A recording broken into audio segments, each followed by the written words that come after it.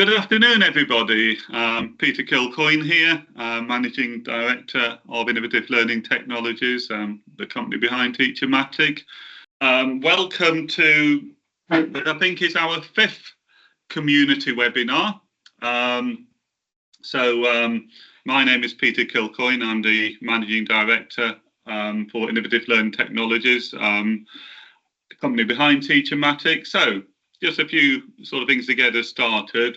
About today, why are we here? Well, in this community webinar, kind of 3 main things that we try to do. Firstly, we've got a number of presentations from different members of the TeacherMatic team, where we'll tell you about what's going on in the world of TeacherMatic, what we've been up to, new developments on the platform, and upcoming developments. We also, I think for me, the most important part of this meeting, we always have 2 of our customer organisations presenting.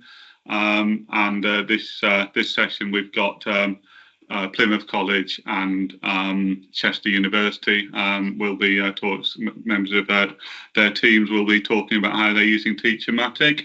And finally, it's an opportunity for us to engage with all yourselves and get some feedback from you on what you think about TeacherMatic and any suggestions you've got as to how we can improve it. So if you can, and I can see lots of people are doing it, if you could please introduce yourself in the chat, and a bit about how we're going to run today. We've got my colleague Jeff Elliott will be monitoring the chat for all of the sessions, and so while people are speaking, we're not going to have questions answered during presentations. The presenters will answer questions after each of the presentations, and Jeff will be collating questions. So while people are speaking, please put your questions, and we'll just use the meeting chat for questions. Please put your questions in the chat. I love to see reactions. So, when you're presenting to, just talking at your screen, it can feel a bit odd at times, and it's nice if you get some smiley faces and applause and things like that. So do use the reaction options in Teams to let people know what you think about what their talk is saying. And just to let you know that the meeting will be transcribed, and we will be recording it, and you'll get a copy of the recording at the end of the meeting, well, probably on Monday or Tuesday, once we've packaged it all up. Okay, so the agenda for today, we've got a really exciting agenda. I'm kicking things off. I'll be handing over to Ollie and Sam. My more technical colleagues will be talking about the platform, new developments and upcoming developments. And then my colleague Isam will be talking about 2 very exciting things. The feedback generator, the one that does the marking, which is having a massive impact in our customers that are using the feedback generator, and also some new developments we're doing to support you in onboarding and rolling out, and some new CPD opportunities that we're offering to help you sort of deepen the impact of TeacherMatic in your organisation. Then moving over to our user presentations from Byron Love at City College Plymouth and Laura Milne from the University of Chester. We'll be talking about how they're using it.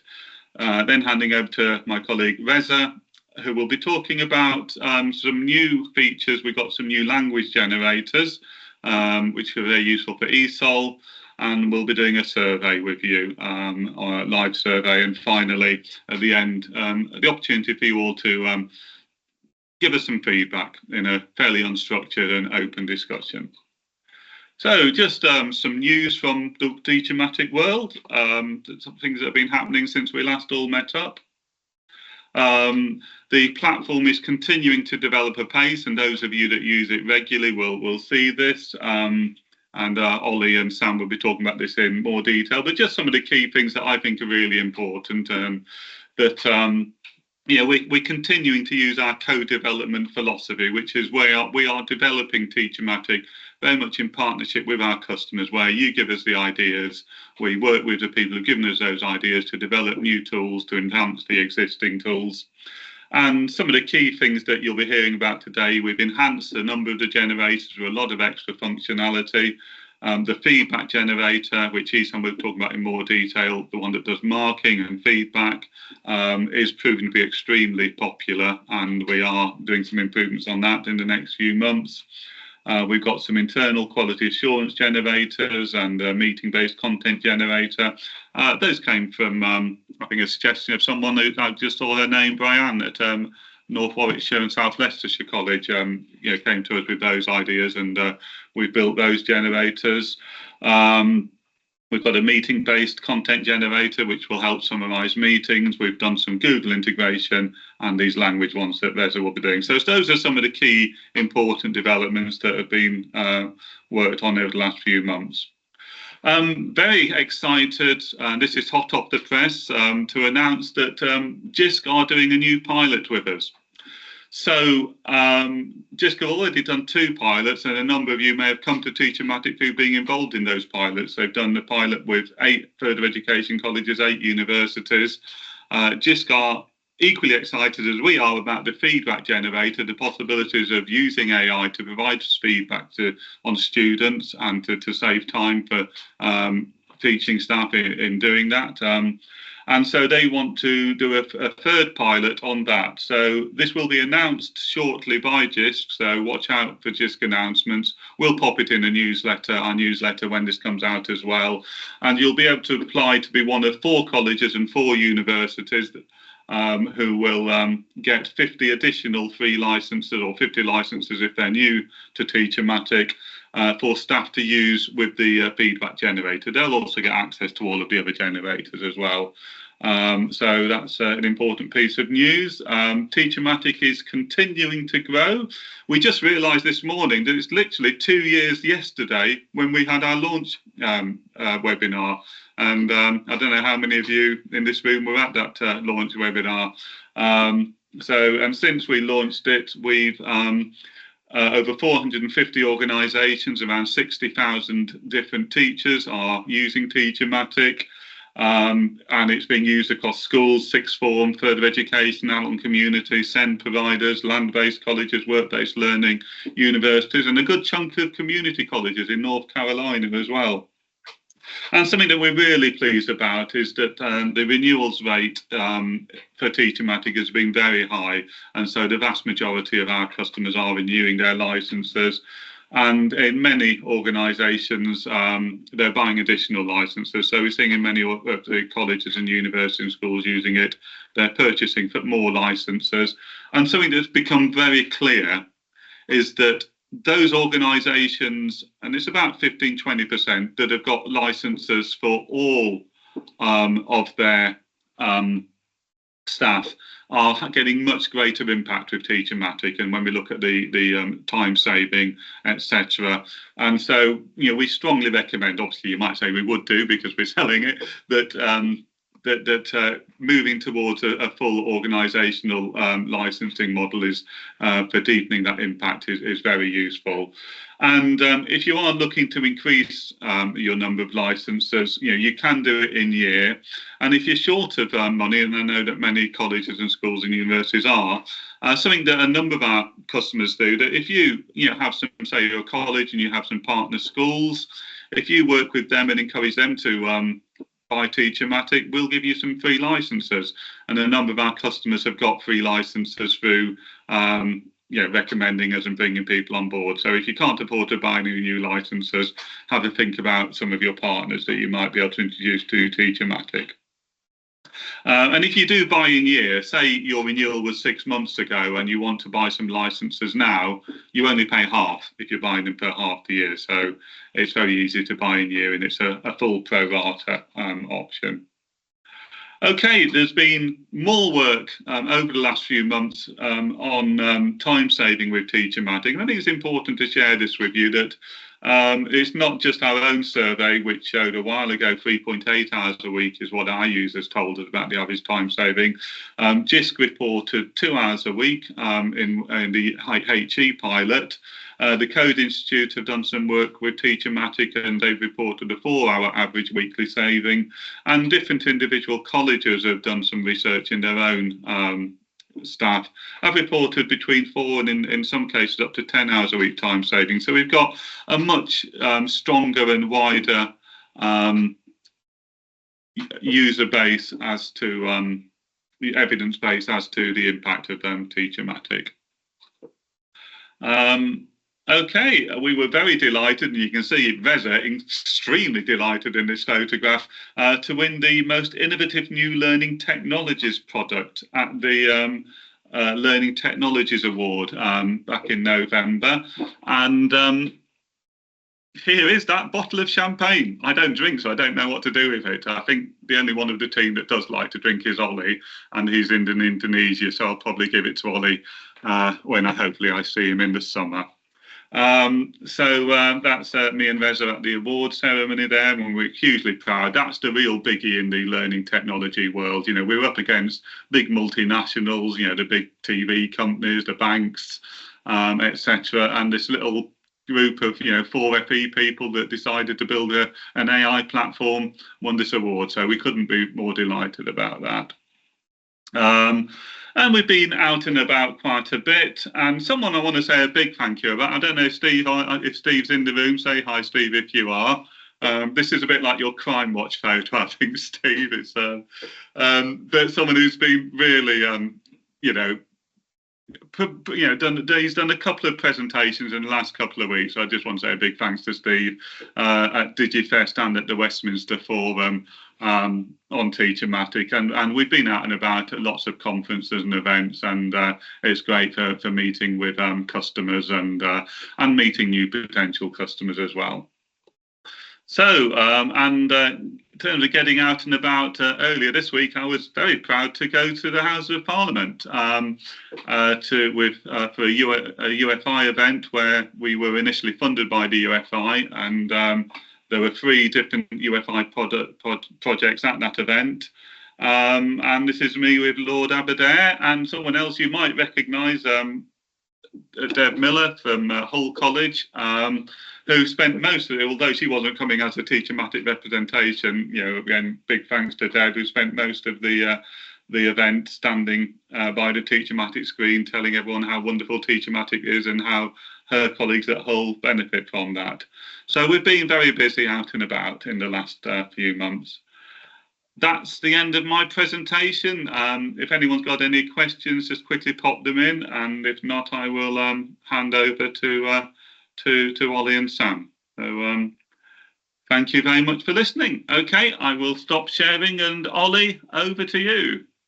Oh, Wendy, you got your hand up. Wendy, do you want to type your question?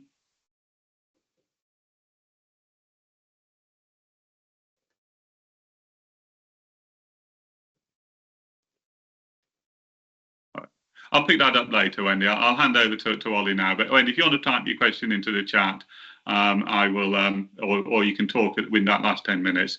Ollie, over to you. I'll shut up now. Thank you very much, Peter.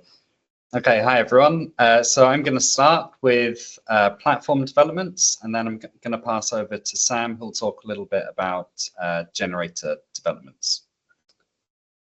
So I know time's short, so I've picked 5 of the most of my favorite features that have come out since our last webinar. And it was actually really good to look at the last webinar's presentation at creating this one, because a lot of the things that I said are coming soon in that one are here now, and I can give you an update on them. So let's hope the same's true of the things that are coming soon at the end of this presentation, which should come out over the next few months. So the first thing is refine functionality.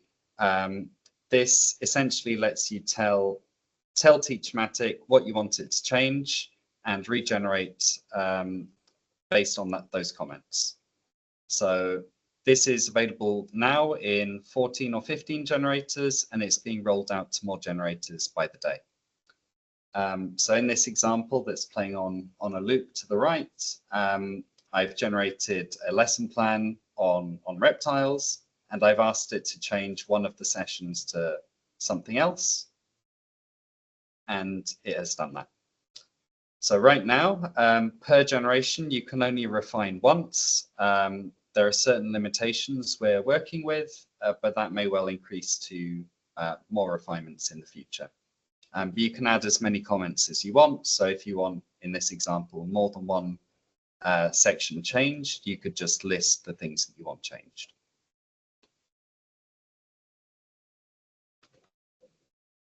Okay, and that leads on nicely to our PowerPoint refinement interface.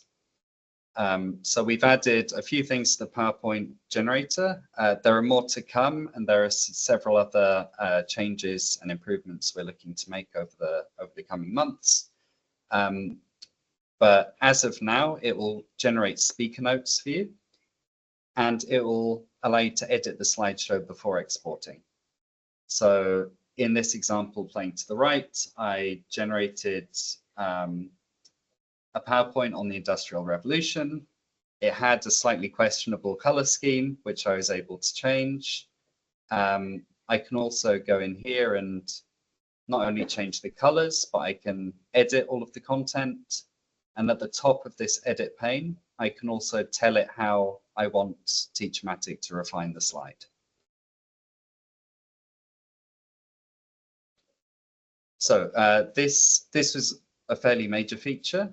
And now we're looking to do things such as add additional content types, some interactivity if you choose to add interactivity to your PowerPoints, different slide content, bullet points, and that kind of thing, and just generally make the starting point a little bit better so there's less editing you need to do. The next thing that's worth mentioning, I saw this on the coming soon on the last webinar, is image uploads. Again, this isn't available across all our generators, but it's available on our 20 most popular ones, and that number is increasing by the day. So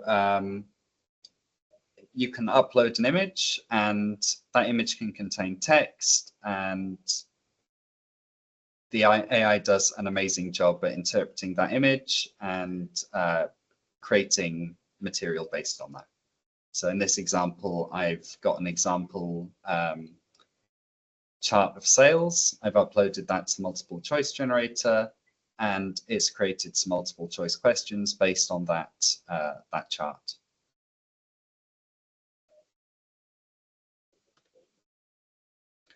The next thing that may not be relevant to all of you, but will be relevant to some of you, is the Google Drive / Google Classroom integration.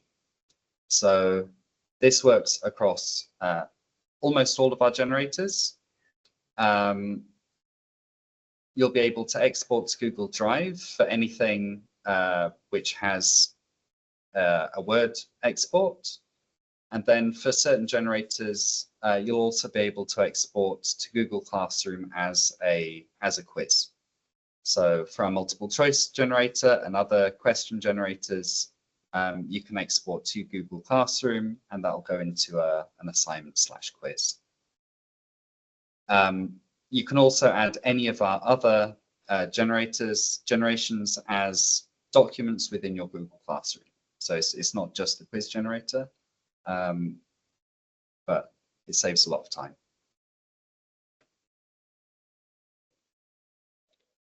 And then the other thing I think is really worth a mention is some of the new administration functionality that we've rolled out. So you as an organization admin can see activity from your organization, how engaged your users are, active users, that kind of thing. And users themselves can also see a similar dashboard with just their usage.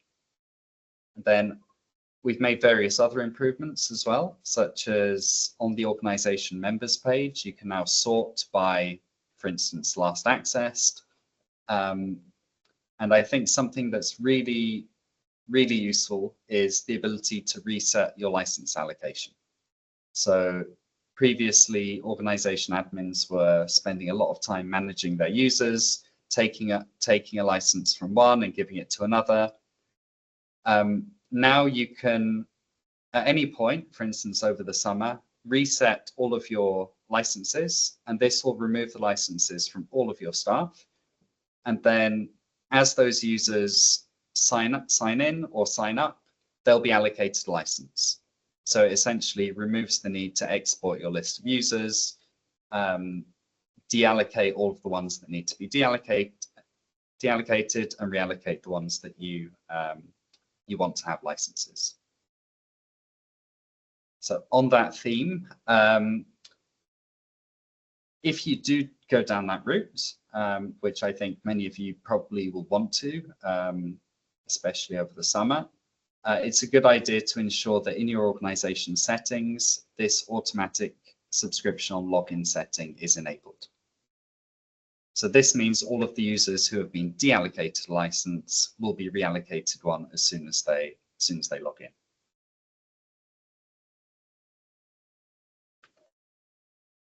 And here are some honorable mentions for additional functionality that we've rolled out. So you can all go and download our Android app through the Google Play Store. The iOS app is coming imminently. It's in the final stages of release at the moment. We now have the ability to remember fields across generators. So for commonly used fields about sectors, subjects, that kind of thing, you'll start to see that being remembered across generators. So you shouldn't need to go in and set the same thing multiple times. We've also got the ability to minimize generators. So you could minimize the generators which are most useful to you and you come back to often. And we've got collapsed groups of parameters. So Sam will talk a little bit more about this, but we are grouping parameters into sections of our generators, and they start off as collapsed. And if you need to use them, you can. Otherwise, you can just ignore them and move past them.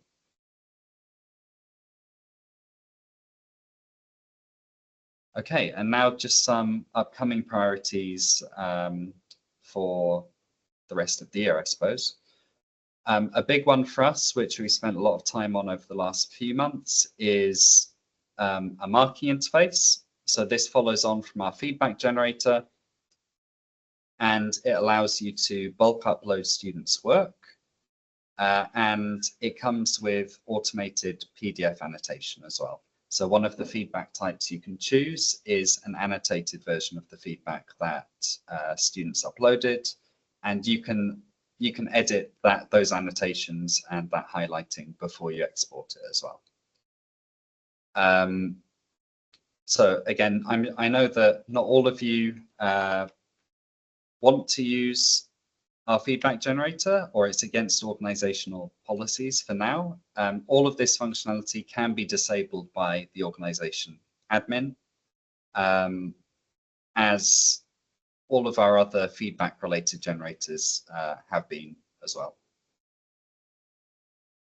We are going through some steps to improve the starting point of the PowerPoint generator.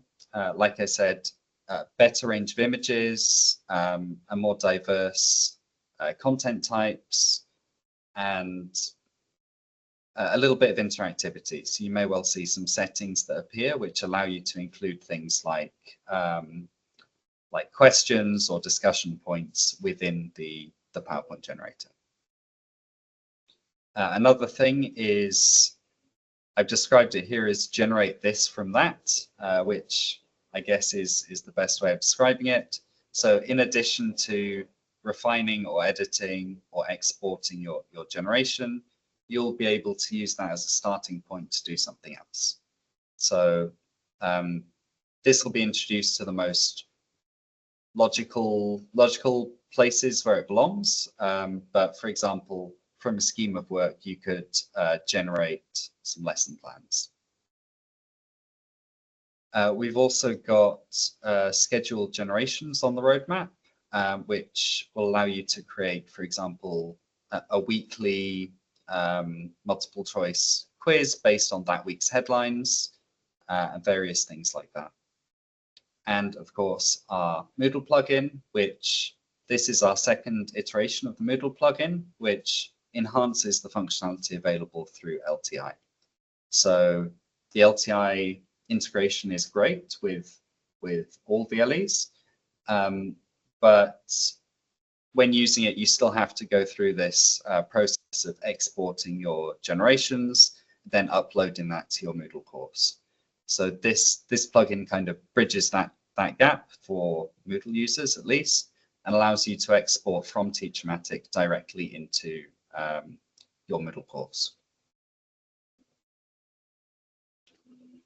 That more or less sums it up. Does anyone have any questions? One question, Ollie, from Tony Bamborough. In the reporting side of things, is it going to be, at any time will system administrators be able to see what generators a user has used?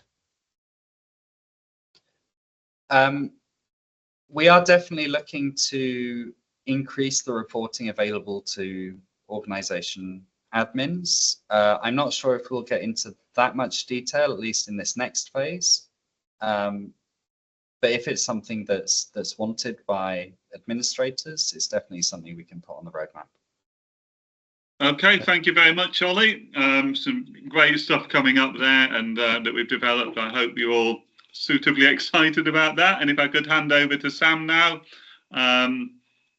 who is going to talk about some of the work he's been doing with generators. So Sam, over to you. Well, it looks like Sam, unfortunately, seems to be having some serious technical issues. So, Sam, you could jump in and help us out here while Sam's getting himself sorted out. All right. And Sam's going to talk about, well, one of our big technical areas, which is the feedback generator. So over to you. Brilliant. Yeah, excellent. All right. Hello, everyone.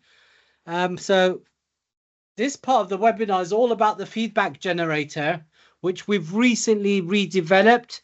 And it's obviously becoming, as you would expect, one of our most popular tools in TeacherMatic. And that's not really surprising, because feedback is one of those areas that just takes up so much of our time. And this generator has real potential to take a huge chunk of that workload off our plates. So in case you haven't seen it in action yet, we're going to do a quick demo in just a moment. But before we do that, let's take a quick look at some of the stats around feedback, just to highlight why this tool is so much needed.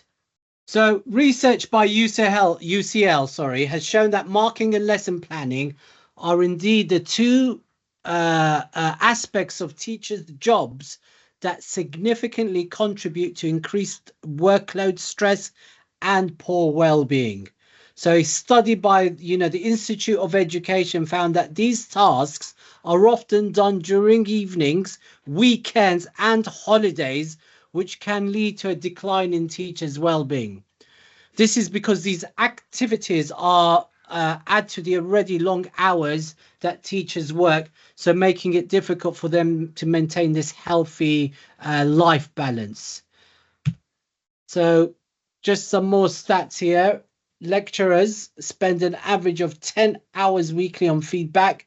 68% of lecturers report excessive workload due to feedback tasks.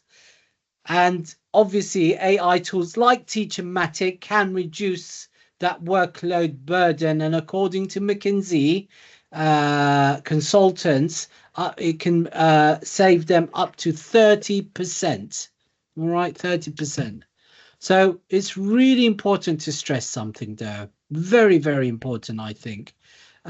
Feedback. All of these AI tools should not replace what you do, but should supplement what you do, right? There has to be human oversight in everything that AI does, all right? Has to be. It's only, we have to use this ethically, responsibly and professionally.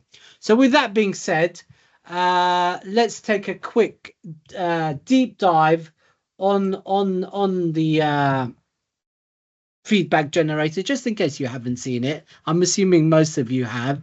Let us know in the chat pane if you haven't used it yet. I'd be quite surprised. So I'm just going to type in feedback, which I'm not sure if Ollie has mentioned, is our new our new search box. So we've combined both of these search boxes into one. So a lot of added functionality into this.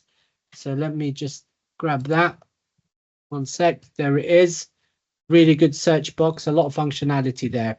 So once I found the generator, I'm going to click on the use button. And typically a teacher will have an assignment brief to upload, by the way.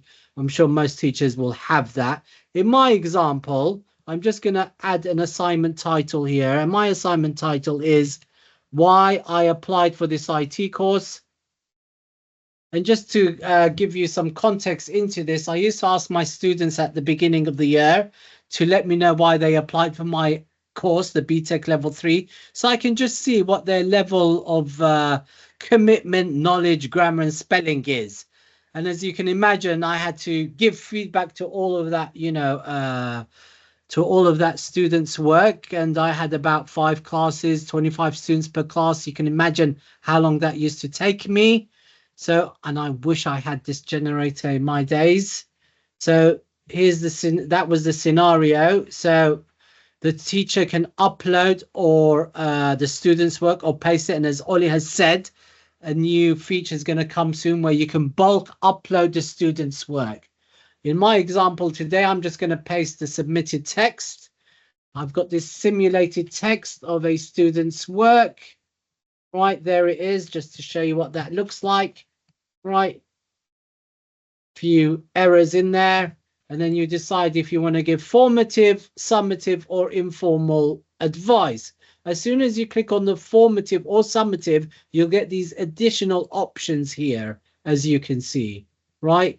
You can use one of our generic rubrics, which is a common rubric that is used to give feedback to students' work. You can upload your own. And by the way, you can generate that rubric using our own rubric generator.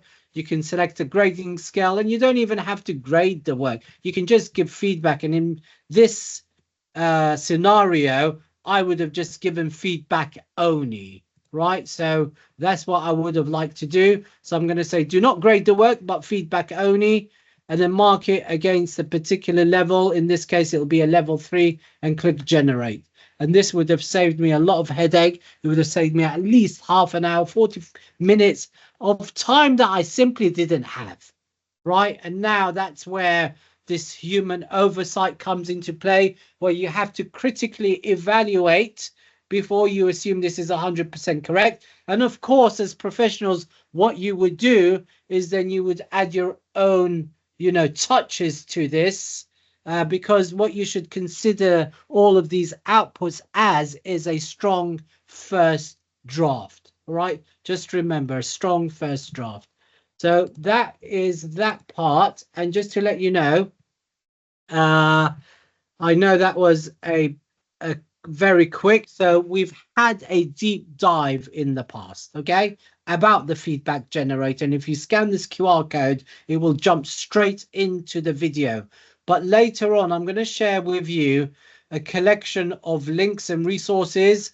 And what I, advise you to do is subscribe to our YouTube channel so you get all the latest updates on our deep dives, and you'll get access to this webinar once it's uploaded. All right. So if you want to dive deeper into the feedback generator, scan this QR code or go to our YouTube channel, or actually go to our blog section in the website. All right. So now it's all about onboarding, rollout guide, and CPD opportunities. And just to let you know what I was referring to, if you type that link into your browser, your address bar in your browser, let's do that now. Actually, I will show you what this is. It will improve, by the way, this link. So because I was limited in time, what I did is I just embedded a wakelet within this web page, right? So it will improve, I promise you. So what the first one is the tutorial playlist. So if we click on that, what we've started doing is we've started uploading some of the screen recordings that we have that you can share with members of your staff. Let me just see if I can share the sound.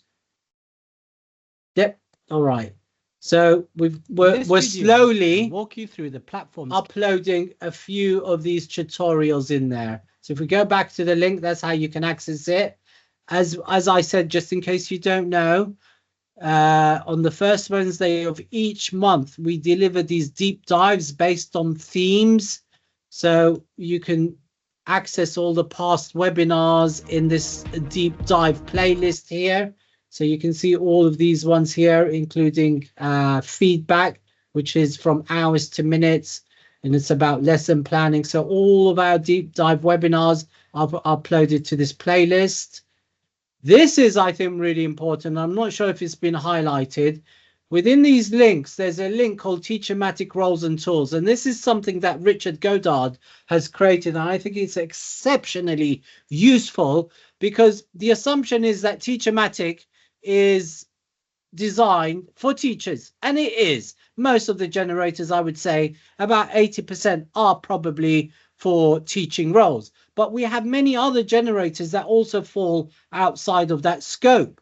So if you go and click on that link and it says, what is your role today?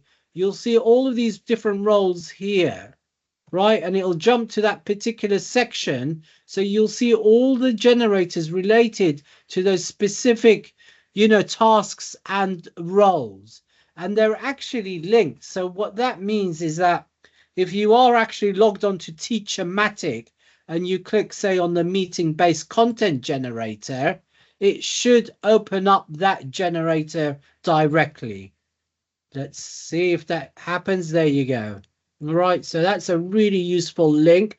Do share that out to your colleagues. And these are all the, this is where you can sign up for the deep dives and the community webinars. And these are dynamic links. And what that essentially means is that I try my best to have these links updated. So as you can see, we actually have a deep dive on Wednesday, the 2nd of April, where we're going to be looking at generators related to PowerPoint. So we've got about 3 generators, just in case you didn't know, related to creating presentations. So that's on the 2nd of April. And if you don't mind, one of my colleagues, if you can actually paste that link in, so we can so people can register for that deep dive. So you can register for the deep dives and the community webinars, and I highly advise that you join the newsletter too. So over here, just put in your email, first name, so you get all the updates, because as you know, TeacherMatic is a continuously evolving platform, and much of that development is thanks to you, by the way. So thank you very much. Lots of the feedback that you give us means that we can continuously improve this platform. So we've got lots of product updates, and lots of information. So do, sign up to this newsletter and make sure it doesn't fall into your spam folder, and do open them up so it goes into your primary inbox. Okay.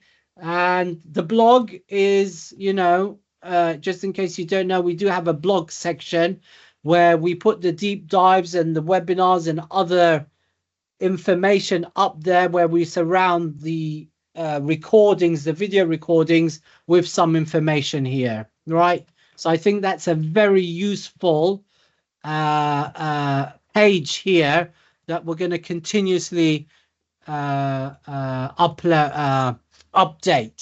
All right, so that's that. So let's go back. So that's the TeacherMatic links. And then some exciting news, right? We are currently working on a rollout guide. So this rollout guide is going to be given to, yourselves, the schools and the colleges and the universities that have adopted TeacherMatic as their AI platform for teaching and learning. And this rollout guide is a step-by-step resource designed to help you successfully integrate TeacherMatic into your institution, into your teaching and learning. And it's not just, about introducing the platform. It's about ensuring that educators feel supported and confident in using it effectively. And to achieve this, we've based this rollout on this change management model called ADKAR. I'm not sure if you're aware of it. It's, a popular change management model, and ADKAR is an acronym which stands for A for ability, D for desire, K for knowledge, A for ability, and R for reinforcement or reward, if you like. All right, so it's all based on that. Hopefully within the next 3 weeks, month, that's going to be ready to send out for everyone. So do keep an eye on that, please. The next thing is, as I said, this is obviously, who is it for?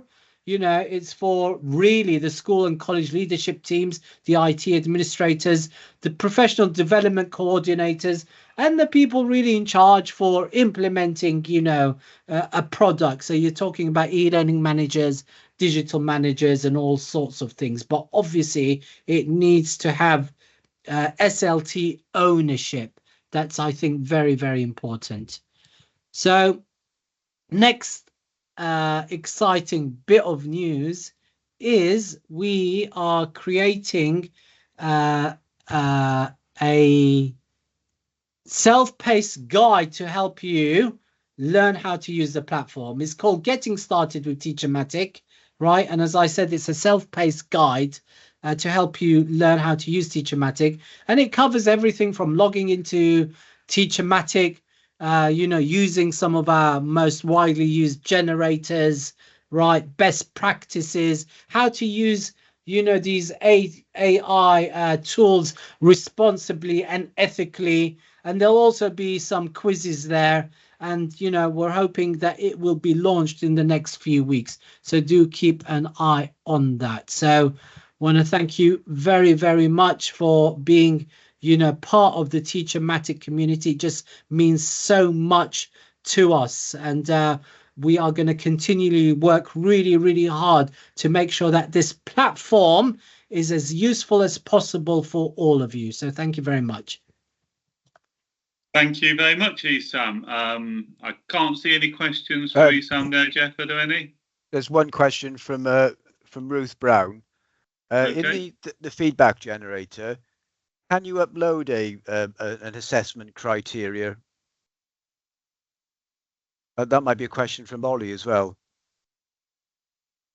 So can I just say, I'm not sure if I've, understood this question, but I would think the assessment criteria, wouldn't that be the assignment brief that you can upload?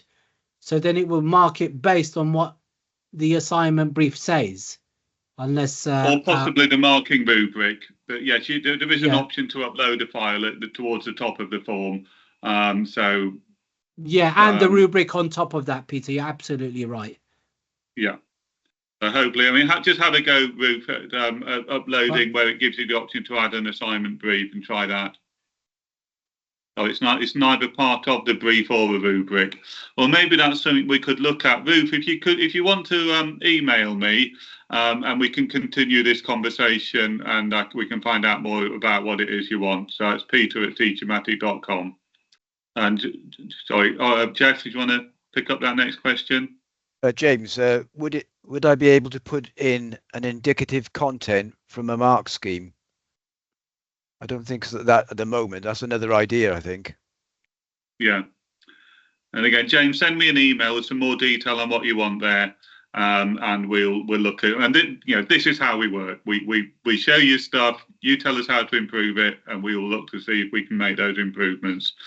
So thanks very much. There's an assessment criteria field. Ollie is telling us, and a little screenshot of it there that you can have a look at. Okay, so Sam, I'm hoping you're back in the room now. Are you with us, Sam? I am back in the room. I'm so sorry. Yeah, my internet went down just at the wrong moment. These things happen. No, right, so I'm going to pass over to Sam now, who's going to do some technical updates, some further technical updates. Great. So I will continue to share my presentation. So yeah, we're going to look at some of the new generator developments. So Ollie's spoken about the general platform developments and what's happening with TeacherMatic as a whole. I'm going to look in a bit more detail at a couple of the new generators, following on from what Isam was saying about the feedback generator. There have been some changes to the structure of some of the generators, which you may have noticed if you're using them on a regular basis. And the idea has been to sort of consolidate different options within specific generators. And as Ollie mentioned in his presentation, looking at how we can offer additional options so you can really use the generators at different levels. So you can go in and do a very simple generation, for example, of a lesson plan. Or if you want to add more detail about the individual learners that you're working with, about the curriculum areas that you're working with, those things can be added into the generator as well. So they kind of give much more flexibility now around the depth and level of the kind of generation that you want to produce. So there's updates, improvements to the key teaching generators. These apply to the teaching generators, and I believe there's been about 14 that have been updated so far. So what we're going to do in this little presentation is look at some of the key changes for those generators. And also then I'll go on to look at some of the quality assurance generators that I've been working on personally. There are 2 new quality assurance generators.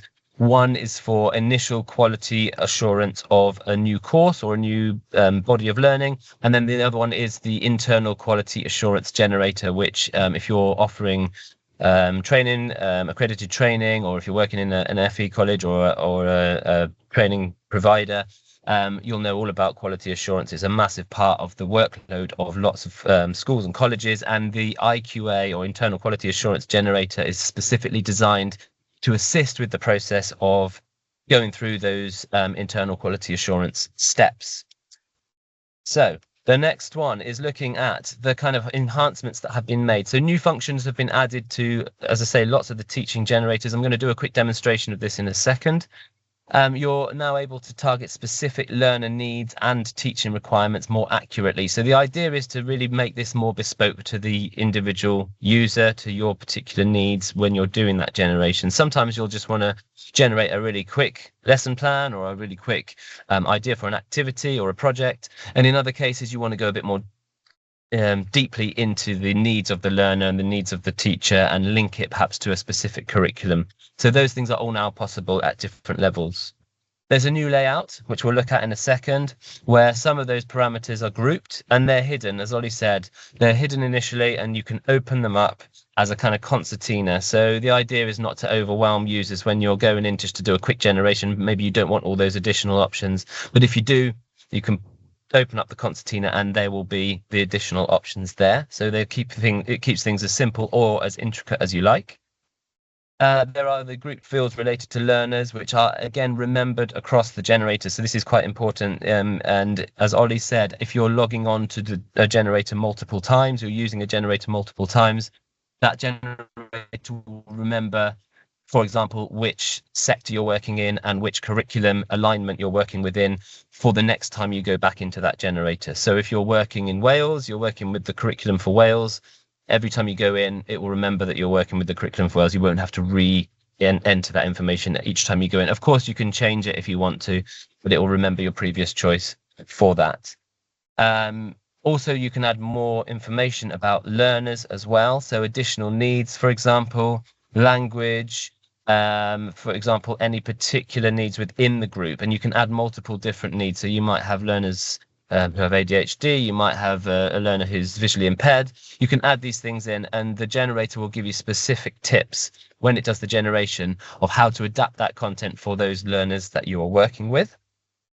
And then again, as we mentioned, aligning with curriculum across different parts of the UK and also T-level specifications if that's what you're delivering. And Ollie mentioned already the refined functionality. So when you've done a generation, if you want to refine that in any way, change it in any way, perhaps take something out, put something in, you can now use the new refined functionality, which tells TeacherMatic what you'd like to adjust, and it does that regeneration as Ollie demonstrated.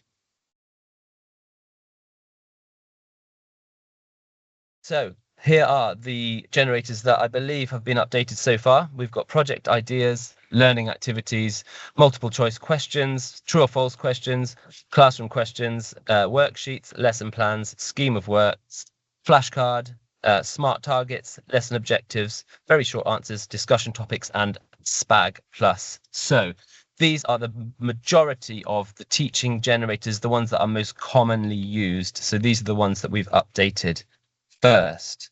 Now I'm going to stop sharing the PowerPoint for a second and see if I can quickly flip over to the generators, because I'm going to give you a quick demonstration now. Okay. All right, so here we go. So now we can see we're in TeacherMatic. We're in the lesson plan generator. So this is one of the enhanced generators that you'll see that is being rolled out across the platform. And I'm going to give you a quick demo of how this works now. So you've still got the lesson topic at the top. What is the lesson that you want to deal with? What plan are you trying to generate? Area of study, so the academic discipline that you're working within, or the area of study that you want to cover, the length of the lesson, and then any additional information if it's relevant, and the sector that you're working within. Now, if you wanted to just input that amount of detail, you could then generate at that point that would produce you a lesson plan based on that information that you've added. If, however, you want to add a little bit more information, you can then use these concertinas down here, so you can add more about the learners. You can add learner profile. You can add any additional learning needs or disabilities in here, and we've got a list here of specific additional needs that you might be working with. There's also an other option as well if your learners don't particularly come under any of these definitions. So that's more information about the learners. And then about the teaching, we've got learning environment here. I'm actually from an outdoor education background, so this is great for me if I want to deliver a lesson in the school grounds, for example. Then we could add that in. If it's in a workshop, if it's in a studio, classroom, we can add in the specific learning environment where the lesson is to take place.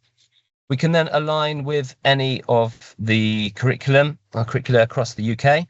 So we've got actually other countries in there as well, but for this example, we use UK. We've gone for the English National Curriculum, Key Stage 1, and then which subject.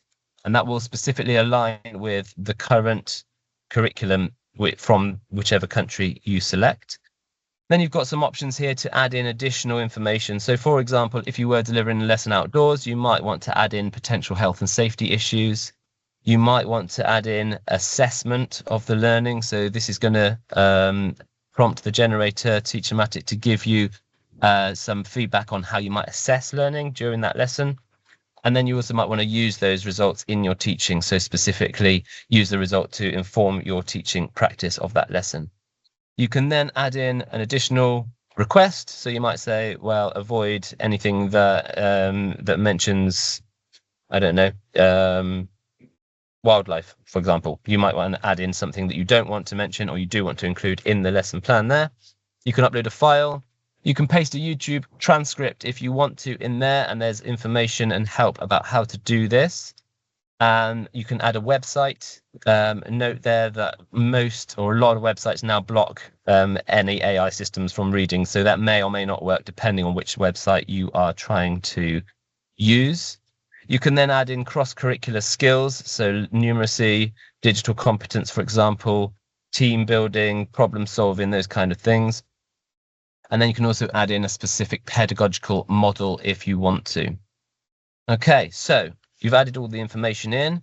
I've done this previously just to show you. So I added in the lesson topic was pond life, area of study was science. I wanted to include that I do have a pond on site. This was for a primary generator. I realized lots of you are working in secondary FE and above, but some of the users of TeacherMatic are primary based now as well.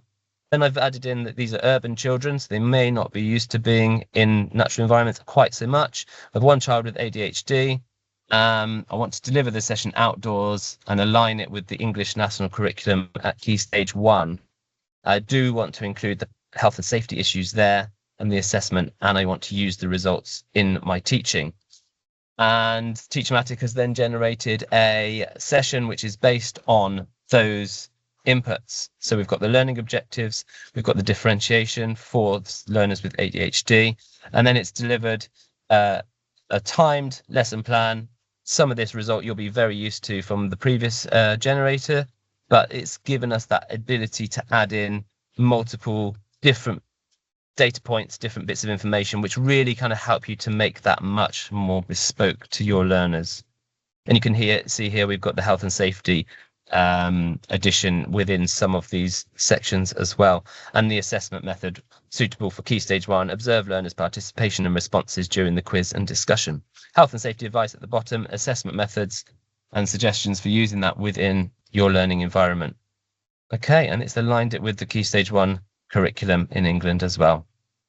So that's a brief overview of those additional options, and what you'll start to see more and more on the platform is that those options and the way that they work with the concertina and the additional information that you can add about the learners and about the teaching, those are common across all of those generators that we mentioned previously. So those 14 generators all now have these two drop downs, more about the learners and more about the teaching, which you can use or you can not use if you don't want that level of detail.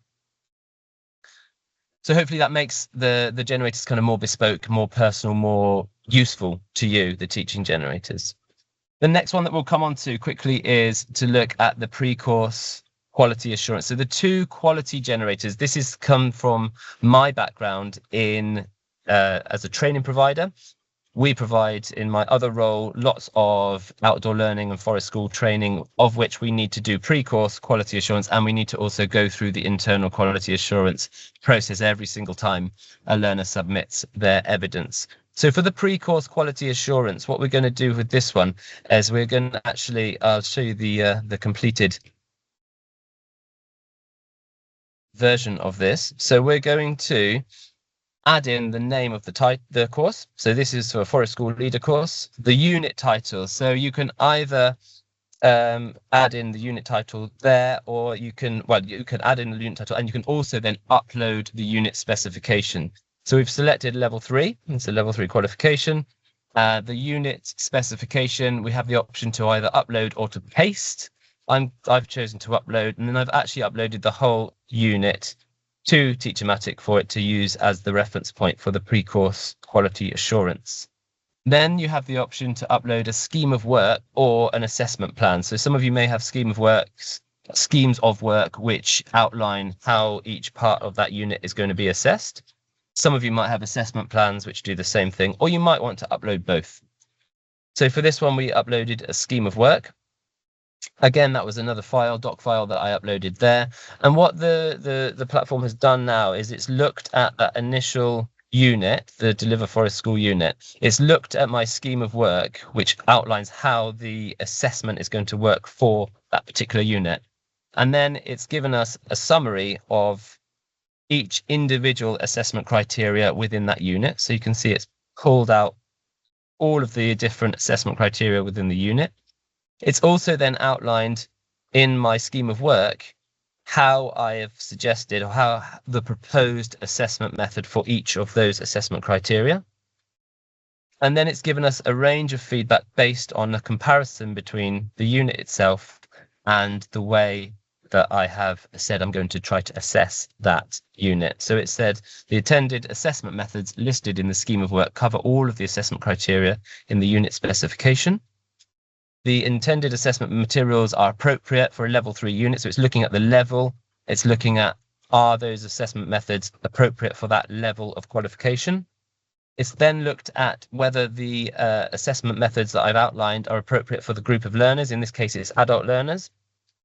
And then it's given us some feedback on the appropriateness, fairness, validity, and accessibility of those assessment methods. Anyone who's involved in quality assurance in your setting will know these words are very important. We need to make sure that all of our assessment is appropriate to the learners, appropriate to the unit. It's fair, it's valid, and it's accessible. So it's given us lots of feedback, which enables us, and as Isam said so rightly, this is a first draft of your pre-course quality assurance. So when we're using an AI platform like TeacherMatic, we must make sure that we've also got that human oversight. As Isam said, it's hugely important that we use this in a responsible way. So your quality assurance team now can look at this and use this as the basis for making decisions about the proposed assessment methods and whether they link up effectively with the actual qualification, the unit that we're looking at as well. As with all of the generators, you can regenerate it if you're not happy with the result. And we've also got the refine option here that Ollie mentioned in his presentation. So if we want to change something, we can refine it. So that's about pre-course quality assurance, making sure that the assessment methods are appropriate for the unit and the level that you're working with. And then finally, this one for me is a big one. It's going to save a lot of time, I think, for training providers. This is the internal quality assurance generator. And what this does is it takes the initial assignment brief, which could be a unit, could be an individual assessment criteria. It then looks at the actual submission of the learner or the student. And it then also looks at the feedback that the assessor has given to that student. So it's a 3-stage process. And what it's aiming to do then is to support your internal quality assurance teams to make sure that they're giving good feedback to your assessors to enable them to develop and improve their assessment. And it also does that process, or helps with that process, of checking your assessors and your assessment is appropriate to the specific unit or the specific assessment criteria. So the options here are the title of the assignment. We've also got the level of, again, entry level right up to level 5. Then we can choose to upload a learning outcome or an assessment criteria. In this case, it's just the one assessment criteria that we're looking at, 1.4. Upload the brief, which is the title of the unit of the assessment criteria itself and any guidance. I've uploaded that as a doc file. Then we've got the actual learner's submission, which I've uploaded again. And then we've got the assessment feedback file, which is the assessment that happened based on that submission. And if we regenerate here, what this will give us, hopefully, is an outline of the feedback that needs to go back to the assessor. So at the top, very important, as Isam said, this is draft IQA feedback only. You should check with your relevant awarding organization or similar and make sure that your use of this platform aligns with their requirements. I think more and more awarding organizations are getting switched on to AI now and understanding the value and use of quality AI platforms like TeacherMatic. We've got a summary of the assignment brief and then additional information here. So this particular piece of evidence was about research, and it was asking the learner to outline these things here: the rationale, methodology, results and recommendation, own conclusions, and examples from own practice. And then it gives feedback to the assessor. So it says, is TeacherMatic happy that the assessment method used is appropriate for the unit or the assessment criteria that it's looked at? Is it an appropriate assessment method? Does the learner's submission meet the criteria that's set out in that assessment criteria itself? So essentially, it's doing what the feedback generator does. It's actually assessing the learner's submission, comparing that to the assignment brief or the assessment criteria in this case. And then it's asking the AI is saying whether it agrees with the assessor's decision on this particular assessment. It does agree with the assessor's overall decision. Students adequately met the assessment criteria, and the feedback acknowledges this. And then at the bottom, it gives some suggested improvements to the assessor for ways that they might improve their assessment and feedback to the learner in future. So the idea with this is that it's a continuous reflective practice for the assessor, that you as an IQA team with the support of TeacherMatic are giving good guidance to your assessors to enable them to improve their assessment process over time, which is what the quality assurance team is for. So it makes suggestions like the assessor could provide specific suggestions on how the student could apply the observations in their own practice and other useful suggestions. So essentially, again, this gives you a really good starting point for this particular type of quality assurance, which your IQA team then can interpret and go back to your assessor. And the vision with this is that it does some of the legwork for us and for your quality teams. So it actually frees up your quality teams to focus more on those interpersonal relationships, to support your assessors, to support your tutors, and to do that in a very human way, whereas AI is doing a lot of the legwork for us. That it actually frees up people within your teams to do the more human parts of their role. That's how I would love to see this being used in the future. Okay, so that is a very whistle-stop tour of some of the new generators that have been released or updated recently. And I think that's me done, unless there's any questions. Thank you. Yeah, it doesn't look like there's any questions. Thanks very much, Sam. And that was been a bit stressful getting booted off and everything. So thanks for covering that. Okay, we are overrunning a little bit, but just assurances to Byron and Lorna, you've still got your 15 minutes. We'll catch up at the end of the meeting. So if I could hand over to Byron now, and you've got until 25 past, so you've still got 15 minutes, and then Lorna, you will have from 25 past to 22. So Byron, are you with us? Yep, I'm with you. Can you hear me? Yep, you want to share your screen and get going? Fantastic. Yeah, absolutely. Thank you very much. So just confirm everyone can see that one. Yeah, so just say this is very much my favourite part of the meeting, to seeing what our users are actually doing with these tools. So beginning with Byron Love from City College Plymouth, we're talking about what they're doing there. Off you go, Ryan. Fantastic. Thank you, everybody. So my name's Byron Love. I am the Digital Teaching, Learning and Innovation Lead at City College Plymouth. And I want to do a big thank you to the TeacherMatic team for inviting me today to speak about and share our kind of TeacherMatic journey here at City College Plymouth. So I'm really hoping is that everyone kind of get an idea of how we've implemented TeacherMatic, but also maybe convince a few people, if you're on the fence about it, if you've not actually purchased into TeacherMatic, to kind of give you a couple of tips, couple of tricks on how to really maximize your use of it. So before we begin, just want to sort of set the scene a little bit. So we are a Google reference college in the southwest of England. We have around 12,000 students, so a fairly large organization for where we are in the country. So I oversee the college's digital learning quarter team. So if I ever say DLQ, I'm referring to that team. And they're ultimately at the heart of the college's kind of defined digital strategy. Ultimately, our role is to support as well as resource the use of technology as well as digital tools within teaching practices. So we work quite closely with our quality of education team as well as our learning and teaching teams to kind of bring technology and really explore how it can be used. So last year, we had the honor of winning the TeacherMatic Gold Organization Award. So massive thank you for that one again. But in addition to that, this year, we've also won the Jisc sponsored Beacon Award for the effective use of digital technology in FE. And that was due to the work that we've done in creating sort of no-code app development, using AI to kind of assist and support our staff with their own professional as well as pedagogical development. And I kind of bring these things up because ultimately we're very much a digital first college. We're always looking for ways in which we can leverage technology within education. And we're always looking for ways in which we can kind of introduce technology in a safe and appropriate way.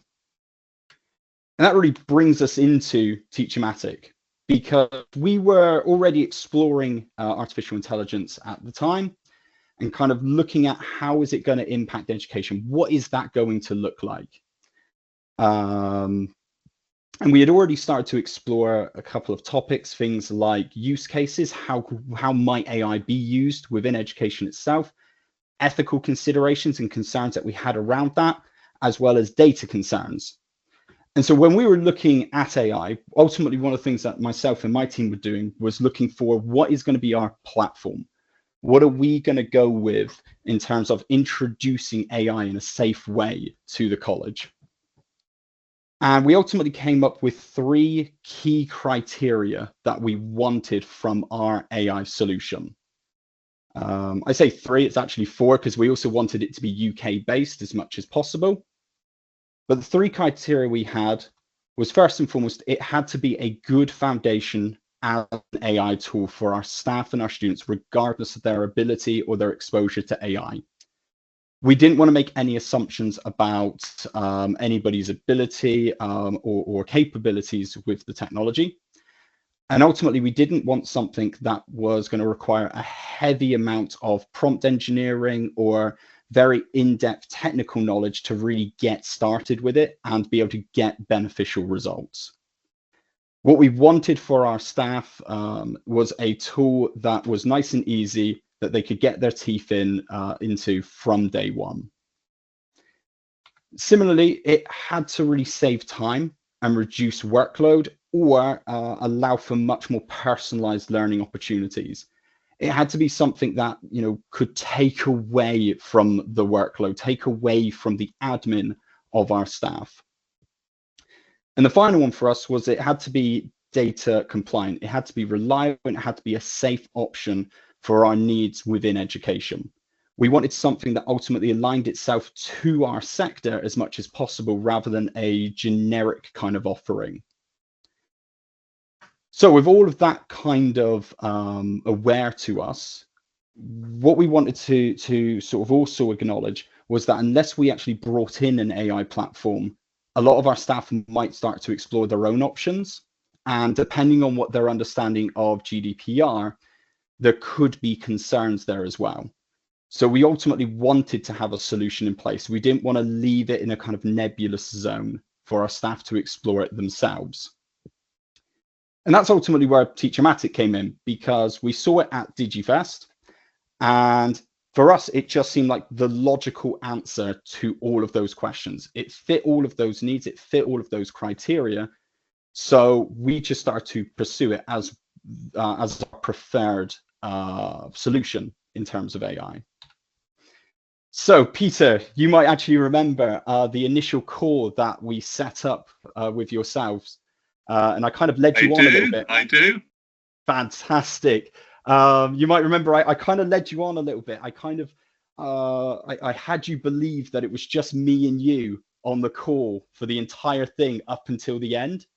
When I then turned the camera on and revealed that actually what you had been doing, Peter, was selling your product to our executive leadership team, but also all of our curriculum leaders as well. It was a little bit of a gamble on my side of things, but I thought ultimately they need to be able to see it. They need to see what it's going to do for our staff. And I thought, who's better to do that than TeacherMatic themselves? So thankfully, all of our leadership team were incredibly impressed with what they saw. And so I was then given a bit of funding in order to be able to get enough licenses for 125 staff across all of our curriculum areas. So we started fairly large straight out the gate. Now, in order to support those staff, myself and my team started to implement sort of weekly support sessions and workshops. And that was ultimately to help these members of staff kind of introduce TeacherMatic to their practice, share best practice, get an idea of how are they going to use this new tool. And so from there, we encourage the sharing of best practice amongst these members of staff.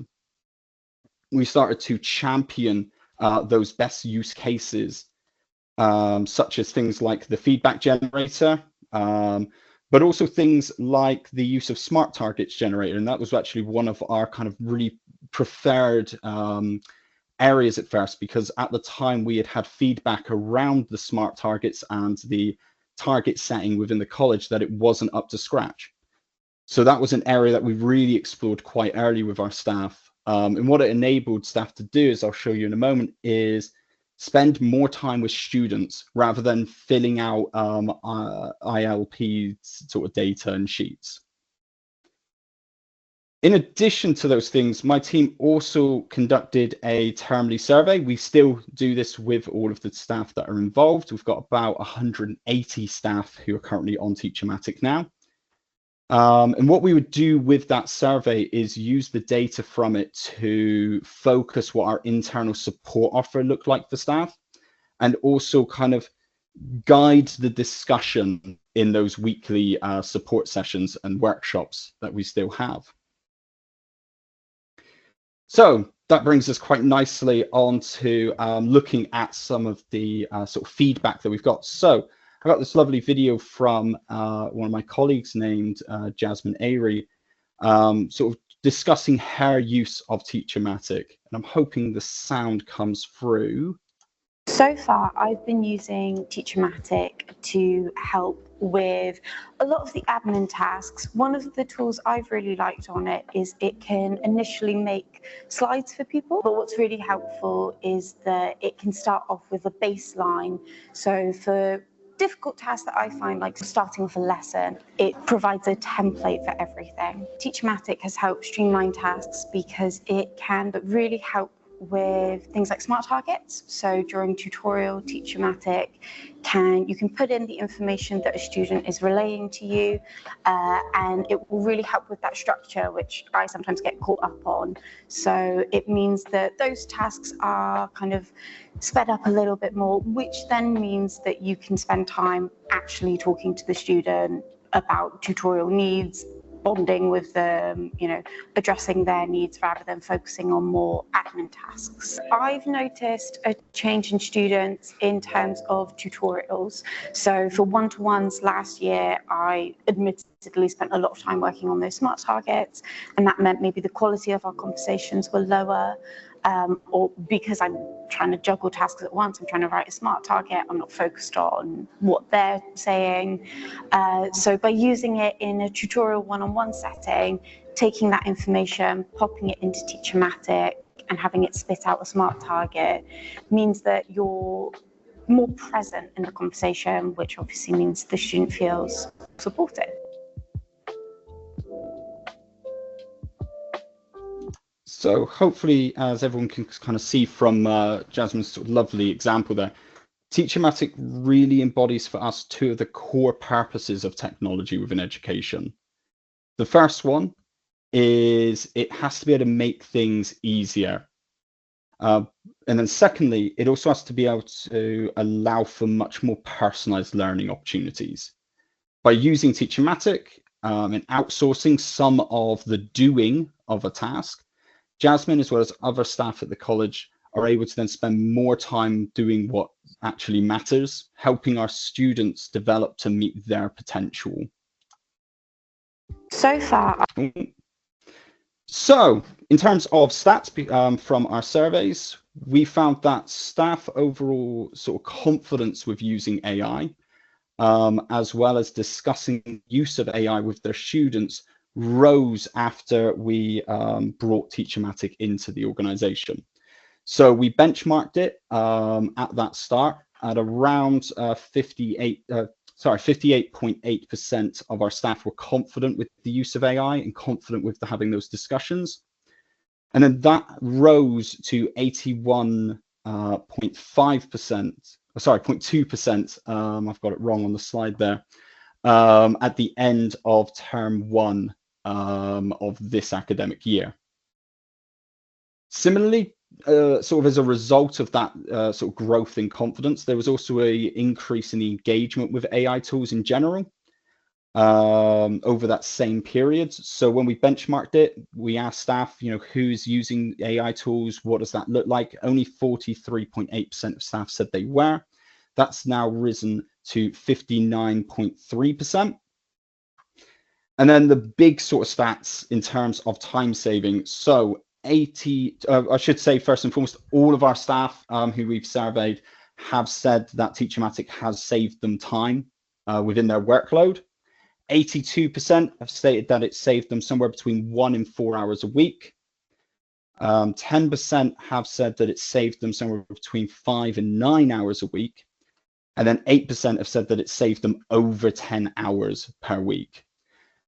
What we found is that, especially for newer members of staff, TeacherMatic supported them not with just the adoption of AI tools within their teaching toolkit, but also gave them a really good first draft for all of their resources.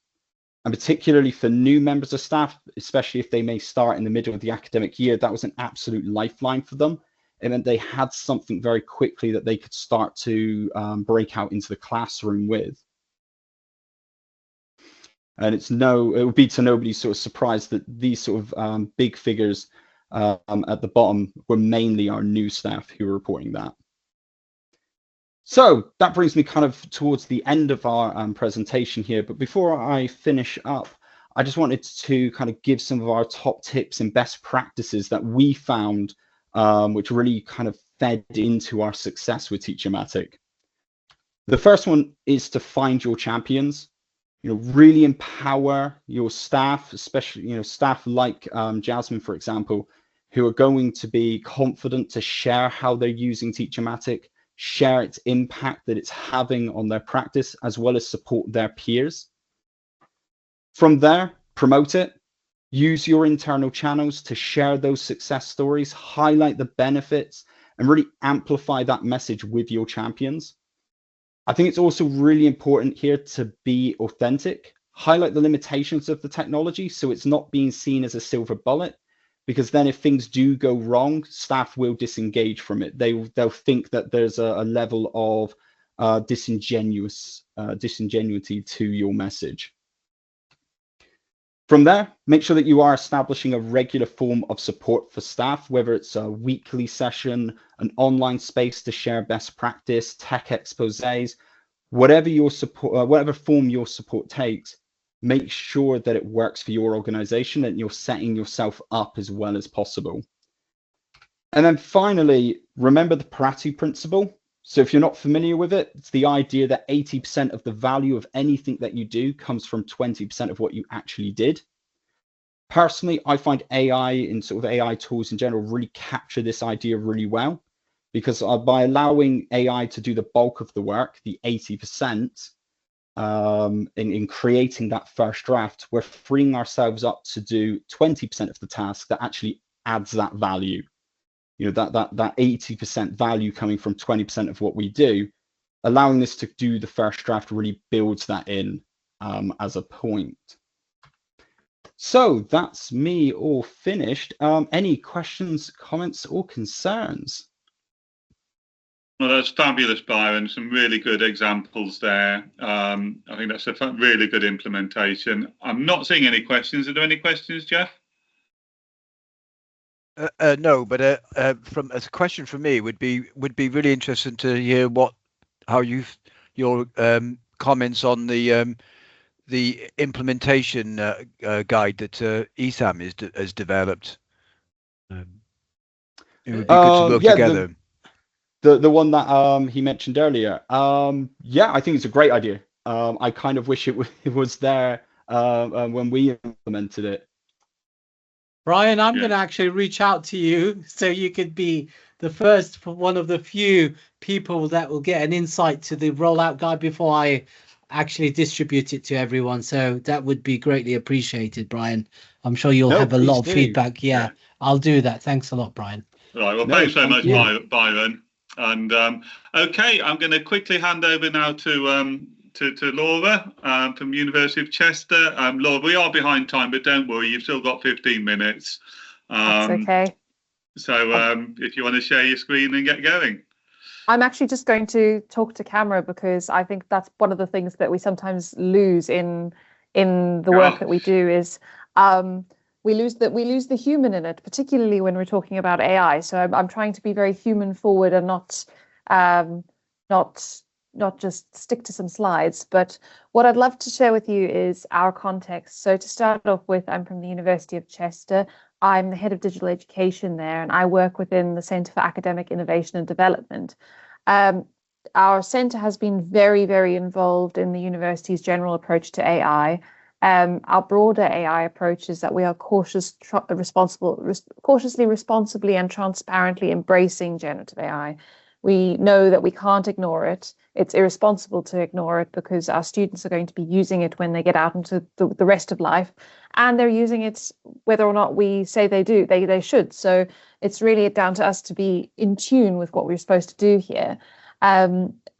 We really want to emphasize that it's important that we're responsible and ethical about it from both a human perspective and from a sustainability of planet perspective. So for context, the University of Chester is based in the northwest of England. We have about 15,000 students and approximately 700 academic staff and a few more professional services staff than that. We picked up TeacherMatic as part of the Jisc higher education pilot. So we were one of those lucky 8 institutions that got to be part of that experience. We've had approximately 65 highly engaged users of the tool. And it's worth noting that TeacherMatic is one of very, very few AI tools. It was actually our first approved AI tool, and it was critical in that position as the first tool that we approved to our approval process. So many thanks to Peter and to TeacherMatic as we undertook things like our data protection impact assessment, thinking about how our information security team and our data protection team went through the process of evaluating an AI tool. I can highly recommend, if you have any questions, the TeacherMatic team are fantastic at supporting you through that. And that's actually formed the basis for how we think about AI tools, because we've got a standard that we can now measure things against. We know what responsible data handling looks like because we've seen it here. In terms of how we want to have our colleagues use TeacherMatic, as has been referenced a few times today, that keeping the human in the loop is really, really critical. So at no point do we want people to be creating content and just uploading it straight onto our virtual learning environment or sharing it direct in classroom without reviewing. But that's the same for every single AI tool. So that's not unique to a TeacherMatic specific approach. What's really wonderful about our TeacherMatic experience has been it's been a really supportive environment for people who might have been a bit skeptical or a bit scared of using generative AI. So the fact that there are steps to the prompts, that thinking about how to prompt well is taken out. Firstly, it makes it easier to do from a learning how to use Gen AI perspective, but it also makes it potentially more sustainable because you're not having to do quite as many iterative prompts through another AI engine. So that makes it slightly better for the planet. The University of Chester, we've found the platform very user-friendly. We've also found colleagues from TeacherMatic fabulous to talk about particular ideas that we've had. So things like when we started using the rubric tool, creating rubrics takes a very long time if you're doing it step by step. Creating a rubric with AI takes much less time and is much less stressful, and then you can fine tune it afterwards. When I suggested to my colleagues that they use this tool, they said, but how does it work? It won't just go automatically into Turnitin for me, will it? And for those of you that are familiar with Turnitin, you can export a CSV template and then re-import it once you've populated it. And TeacherMatic was fantastic because they actually adapted the Turnitin or the rubric generator so that it exported a CSV. So that cut down a step for my colleagues, and you cannot imagine how enthusiastic they were after that. TeacherMatic's also played a really important role in our curriculum design work that we've done. So we've had, at the University of Chester, we're doing a really large-scale curriculum change at the moment. It's got everything from modules being taught at different credit weightings to how they've been taught before, to entirely new modules, to new approaches being taken to things like assessment. And I'm sure you'll agree with this. Colleagues, wherever they are finding that they have to do a lot more with a lot less time, and just the sheer scope of change that people are facing can be quite overwhelming. So we brought TeacherMatic into our design sessions that we ran so that colleagues could use it essentially as a critique partner and a critical friend and a co-developer to maybe rewrite some learning outcomes and refresh them, add a little bit of extra joy to that process of doing that curriculum redesign. On a very practical note, that we have TeacherMatic as an approved tool means that people are far less likely to go out and find their own special tool that might or might not meet with the data protection officer's approval. So that we've kind of got a centralized space where people can come and do a bit of experimental work safely is very, very important. I really liked hearing about how your colleagues have adopted it and how you've made it stick. I also thought, in prep for this, I was thinking about how we've made it stick for our users. Must say we've had quite a lot of demand beyond academic users, which has been fantastic to see. That we've got, for example, some colleagues from the central secretariat who are very interested in using some of the admin tools. So we've had to kind of manage our demand, which has been a great problem to have. How we've made it stick for our users, we started in the pilot last year. We've created a Microsoft Teams channel site for all of our TeacherMatic users. So when they get allocated a license, they also get added to this team. That's been really rich because it's been peer-to-peer learning. And it means that if people are getting stuck or struggling, they can ask anyone in that group, and there are lots of people with enough experience to test it out. We hosted a few TeacherMatic tea time sessions, which sounds a little bit silly, but it was wonderful because it was an informal half-hour session once a month for several months in a row that people could drop in, have a discussion, find out what there was that was new, find out about new generators that their colleagues have been trying, share some of their practice. So that, as much as I couldn't offer our colleagues an actual cup of tea because this was all done online, that was reflected as a very good community builder around this particular tool. Then probably the thing that I was most pleased about in terms of our sort of rollout plan, we had a look at all the generators out there, and this was back in the beginning. The generator list has got much longer now. We picked out a few generators that we thought had a lot of potential for how people might improve their working, but they were the generators that they might not think to check. So things like the rubric generator was, everyone wanted to know about that one. Everyone wanted to know how quickly they could construct multiple choice quizzes. But for example, let's just scroll down the list of generators. People might not necessarily have explored a generator that had a name that they weren't familiar with. So at the University of Chester, we don't use the phrase scheme of work, but that is one of the best generators in the whole of TeacherMatic. So I actually encourage people to step outside their comfort zone by setting a weekly challenge. So each week they were told, your task this week is to go and try and use this generator, post the outputs and give us a little bit of feedback about how you found the outputs and what you need to do to develop it, to take it into your classroom spaces. And that was a 6-month series, and it was really fantastic. We had great engagement. I was really interested that the colleagues from Plymouth referenced psychology. Our psychology team has also been really interested and really productive members of our TeacherMatic community. So I wonder if there's just something about psychologists. And Peter, am I correct in thinking that you were also a psychologist, a psychology lecturer? I am indeed a psychologist. Yeah, that was I used to teach. There you go. So maybe it's just psychologists that are the best colleagues for TeacherMatic, but everyone should be able to use it very well.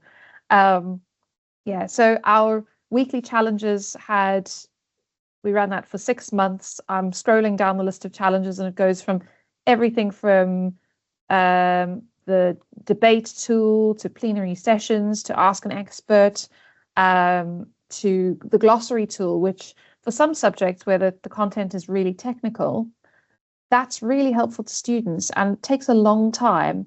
And I think what that glossary tool does is that it stops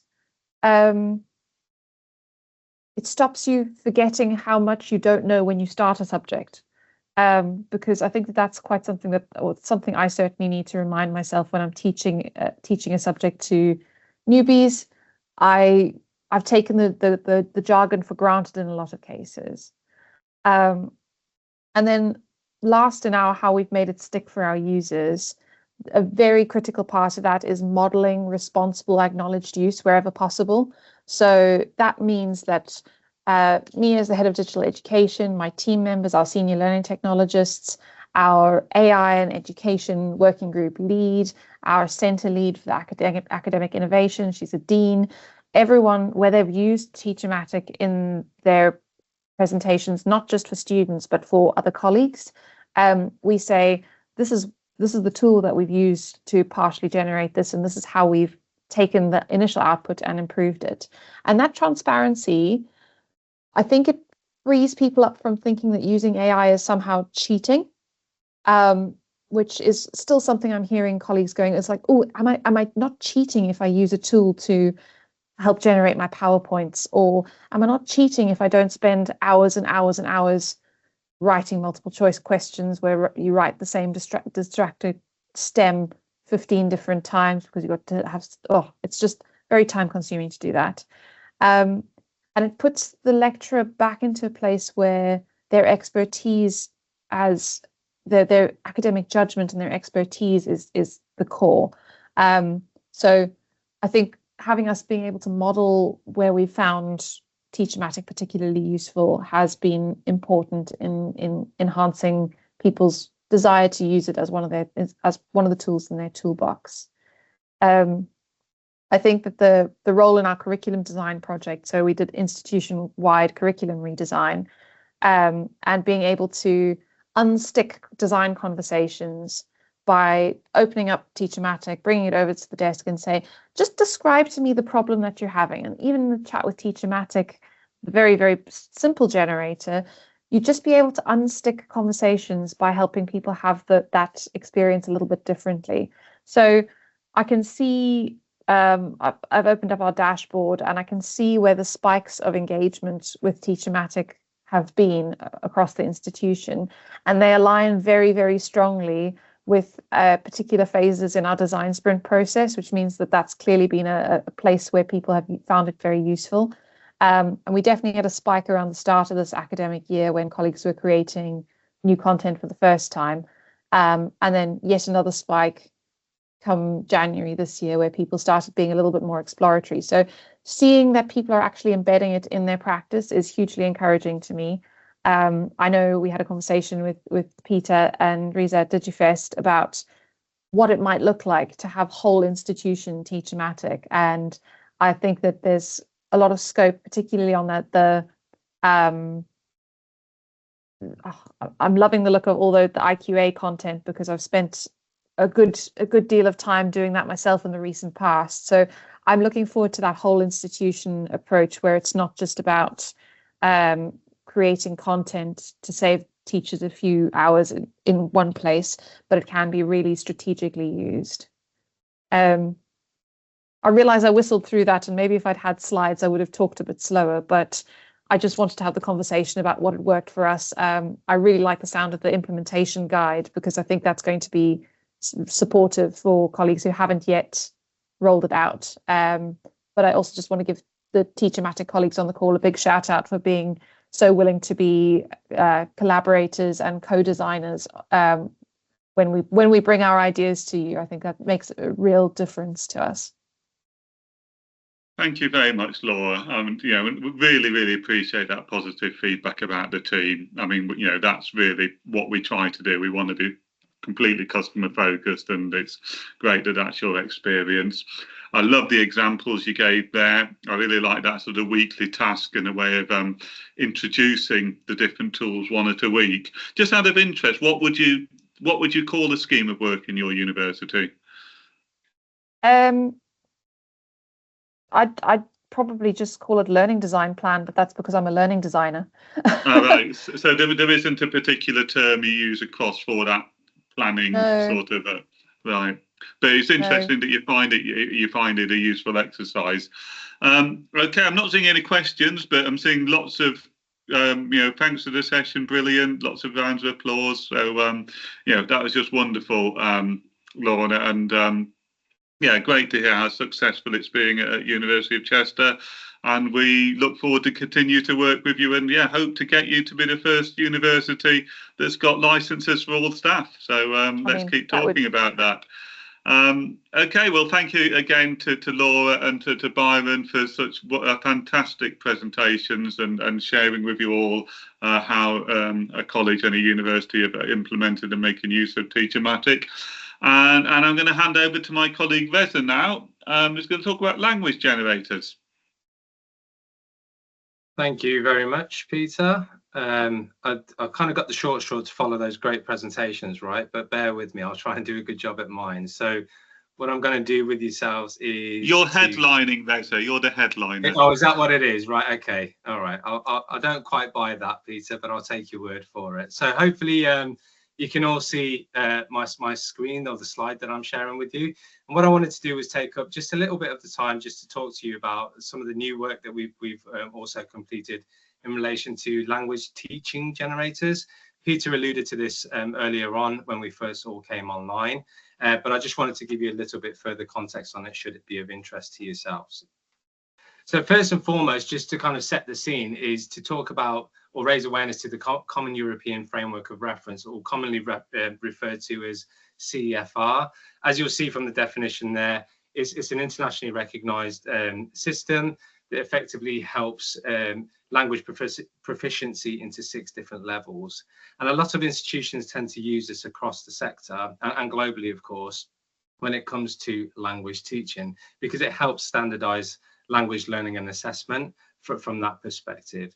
Now, when we consider the use of it across the sectors that we serve, so as you would have picked up and as you will all know, is that we work with schools as well as further education and higher education. In terms of where it could be applicable, of course, and we're very, as you would have picked up, receptive to your views and your comments and your experiences on this, is that from a primary secondary perspective, where English is taught as an additional language, CFR can provide that structured framework from that point of view. But equally, for schools that are operating on an international bilingual level, many are using that in terms of assessing language skills as well. When we take that a step further, from a further education point of view, again, the most obvious link here is to the ESOL provision that's delivered through a lot of the FE organisations up and down the country. And I've been very fortunate by where I've had the opportunity to go into further education colleges, meet with ESOL colleagues, and make them aware of some of the functionality that we've developed. And I've always got the positive wide eyes and the raised eyebrows and the oohs and the ahs. So it kind of feels like that what we have done so far is going to be of benefit to the majority that are involved in language teaching. But equally, from a higher education perspective, and again, Laura, this might be a conversation that we could maybe extend on and pick up at a later date after your fantastic presentation and your experiences from a higher education perspective, is that naturally it can weave into the ways that it's described on the slide here as well. But happy to, like I say, have those further discussions and debates and learn from your direct experiences, having worked with colleagues who are responsible for this. Now, to place it into context of TeacherMatic, now, again, throughout this webinar, but equally throughout your experiences of using TeacherMatic today, you're very familiar with the concept of the generators. And these are just a kind of obviously a very quick snapshot of what we're talking about. But in terms of providing an overview, is that we've done some work by where 30 of the teaching and learning related generators now have CFR integrated. Now, you might be wondering, well, hang on a minute, Reza, what are you talking about? We can't see that. That's because if you do wish to have this and it is of interest to yourselves, it does mean sort of taking the next step with us. But again, that's where the call to action at the end of this presentation will help, that if it is of interest, then please do reach out to us. But equally, to complement that even further, there are 8 new unique learning language teaching generators as well, but again, that don't currently appear in your current instances. But we just wanted to make you aware that these are the advancements that we have made, should it be of interest to the language teaching departments of your organizations. But also, as you will all be familiar with the fact that you can select the appropriate pedagogical principles and models that you may wish to include as part of a lesson plan, for example. So some of those examples are around Bloom's taxonomy, Solo, Rosenshine. We've done extensive work in relation to 5 language-specific pedagogical approaches as well. So if you did have the language teaching aspects and functionality, you would see those within those appropriate generators as well. And also, we are currently testing a CFR level checker, and I'm told by my trusted product colleagues that we're not far off making that available soon to the market as well. But critically, as a takeaway thought, is given everything that I'm sort of sharing with you at this stage, is that we are providing the most detailed CFR level integration, given the work that we've done as well. But just so that you can place it from a generator perspective, so you'll all be familiar with this interface when you use the lesson plan generator. You'll notice from the section that I've highlighted is that once enabled, this CFR level concertina, as Sam alluded to earlier on as part of his presentation, will then appear in the platform. Oh, hang on a minute, my antivirus has decided to wants to renew. So right, apologies about that. Okay, and then once you extend this, what you'll notice is that you've got a couple of drop-down options there in terms of what is the target CFR level that you're creating this resource for, and obviously there's a 6-scale approach to this. And then the step further from that is the fact that you'll be able to map it to the appropriate CFR skills that you want to focus in on as part of this lesson. As you can see on the screen there, it's anything from listening through to writing, and obviously mediation and interaction as well. Now, to summarize some of the things that I've mentioned here, so what you know at present is what we would maybe refer to as the TeacherMatic general version. So that is current, what you've got and what you've experienced and had updates on today. What we're saying is that there is an opportunity for any new partner looking to onboard with us. They could solely focus on TeacherMatic for language teaching, and that would therefore give them 30 generators that have CFR integration, and also the 8 unique generators as well, including the appropriate pedagogical principles. However, given the fact that colleagues on this call, you all pretty much fit into that current stage, you could get to a point by where you have that combined approach. So you'd have general and language teaching functionality all as part of your current instance of TeacherMatic. Now, I appreciate that was a very quick whistle-stop tour, but the intention of doing this as part of our community webinar is to simply raise awareness to the fact that this functionality is new, it now exists, it is part of our platform, and it is an extension to what you may currently have, should it be of interest to colleagues who are responsible for language teaching. Therefore, as I mentioned earlier on, the call to action, and as a consequence of sharing this with you, is to simply, please do get in touch if you'd like to have an extended discussion and look and walk through of that instance of TeacherMatic with those functionalities that I've alluded to.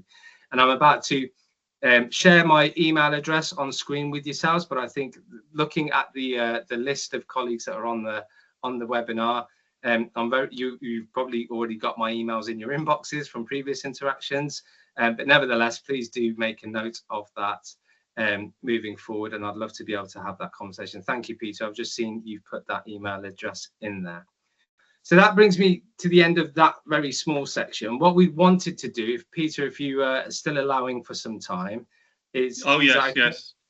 Yeah, okay, perfect. So what we wanted to do is just to sort of round the webinar off. It's something a little bit different. It's something slightly interactive. So I'm hoping that Esam is in the background ready to click a few buttons, because we just wanted to do a very quick survey with yourself. So in the chat pane, what you will notice is that we're asking you just to answer a few questions. This is to help us get your view of the world effectively in terms of your experiences with AI, whether what I've just shared with you is of interest, but equally your experiences with TeacherMatic at your sites, because we're very conscious that not everybody's had the opportunity to present on there. And brilliant, I can see people are starting to fill it out. That's appreciated. So if you would not mind just clicking through, that would be great. And I'll be quiet so you can read the questions.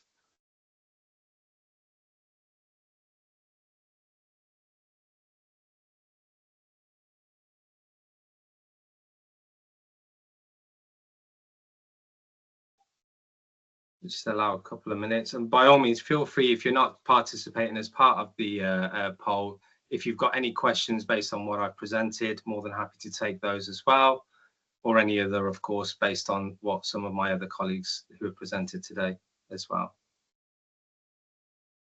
Okay, I mean, Peter, it might be worth maybe, given the timing, I'm very conscious of the time left, whether you'd wish to sort of give your roundup as well, to an extent.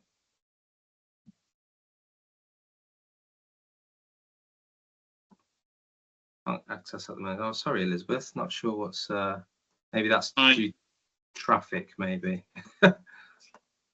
Yeah, I mean, 25 people have filled in, so clearly yeah, okay. it's working for most. Teams is a bit quirky at times, and I know some of you won't be able to access the chat.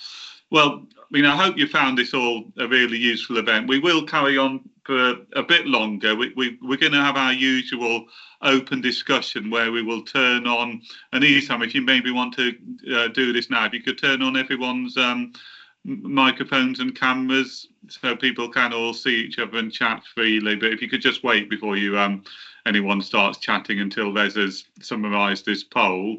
So what we'll do now is Vesa will do a summary of the poll, and we'll do an open chat. Thanks everyone for coming along today. You know, this is very much why we do TeacherMatic, is to build this fabulous community of educators and to hopefully bring the benefits of AI to you and your organisations. I think it's been a great meeting, seeing the new developments that our technical colleagues have been building, and seeing the work at City College Plymouth and University of Chester has been absolutely inspirational. Okay.